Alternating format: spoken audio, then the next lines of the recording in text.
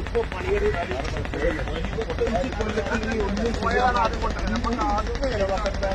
സ്ഥലങ്ങളുണ്ട്.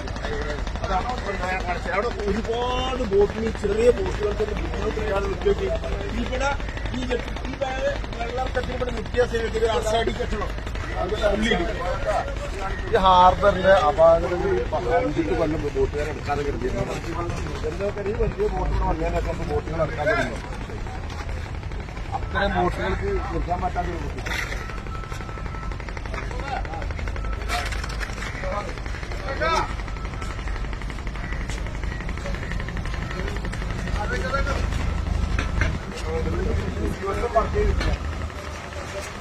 നാല് കൊല്ലത്തിൽ ഇതുവരെ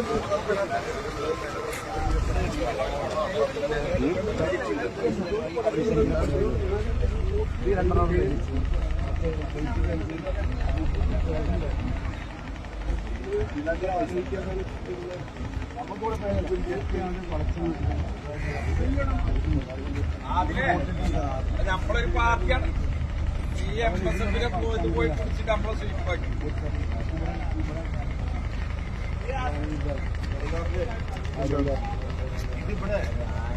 മനസ്സിലാക്കി വന്നപ്പോൾ കേരളത്തിൽ തിരിഞ്ഞിട്ടുണ്ട്. നിലവിലുള്ള വികസനം അതേപോലെ നിലനിർത്തിക്കൊണ്ട് പുരോഗമനം വരാനുള്ള നാട്ടുകാരൊക്കെ തന്നെ ഒന്ന് ഒഴിവാക്കിയിട്ട് ചെയ്യാൻ പറ്റും.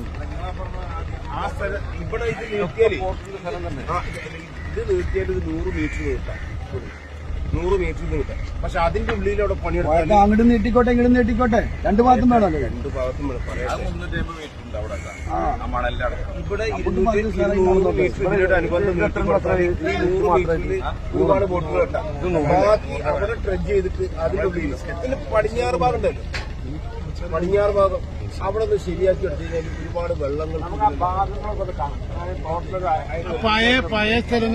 എന്നിട്ട് സ്കെച്ചിൽ പിന്നെ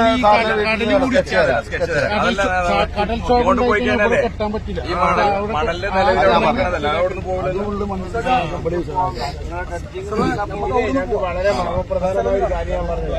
ഇതിൽ എന്ത് വികസനം വരാണെങ്കിലും ഞാനൊരു കാര്യം മുൻകൂട്ടി പറഞ്ഞു. 10 ഏക്കർ ഭൂമി ഇതിന്റെ ഉള്ളിൽ അവിടെ വെച്ചിട്ട് പൊന്നാനിൽ കോളേജില്ല, പൊന്നാനിൽ സർക്കാരിന്റെ ഒരു കോളേജില്ല. അത് എറണാകുളം കുഫൂസിന്റെ ഒരു സബ് പൊന്നാനി മത്സ്യത്തൊഴിലാളികൾക്ക് പൊന്നാനി യോജന പറഞ്ഞിട്ടുണ്ട്. അത് മുൻകൂട്ടി പറഞ്ഞിട്ടുണ്ട്. ഇപ്പോഴല്ല, ഇത് പൊന്നാനിന്റെ മർമ്മപ്രധാനമായ കുട്ടികൾ മത്സ്യത്തൊഴിലാളികൾ ഇല്ല.